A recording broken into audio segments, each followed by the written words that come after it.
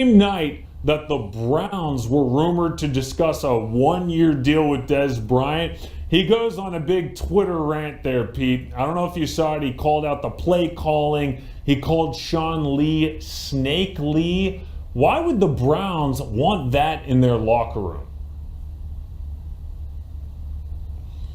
Well, that's a good question. They obviously feel that in Hugh Jackson, if that's indeed the case, they can handle him. And, they need receiver help, obviously, with the Josh Gordon situation in flux.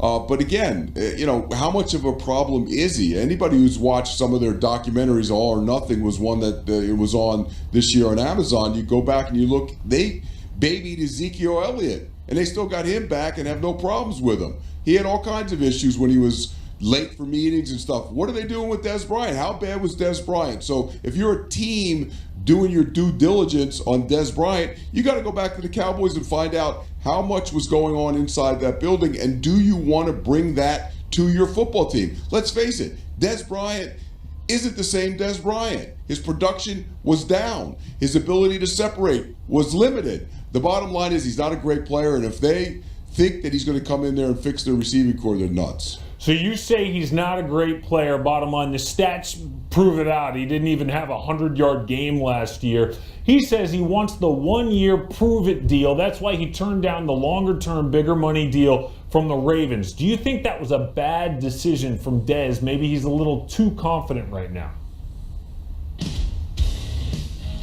Anytime you turn down long-term money, if indeed that's the case, and we don't know if that's indeed the case, you don't do that as a player. You get what you can as soon as you can get it.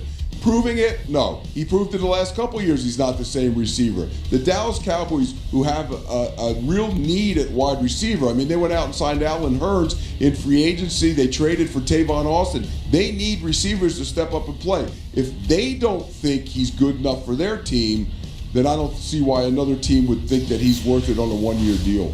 We'll see if John Dorsey wants to take that gamble. After that Twitter rant last night, hard to see anyone wants that in their training, in their locker room, especially for a young team like the Browns.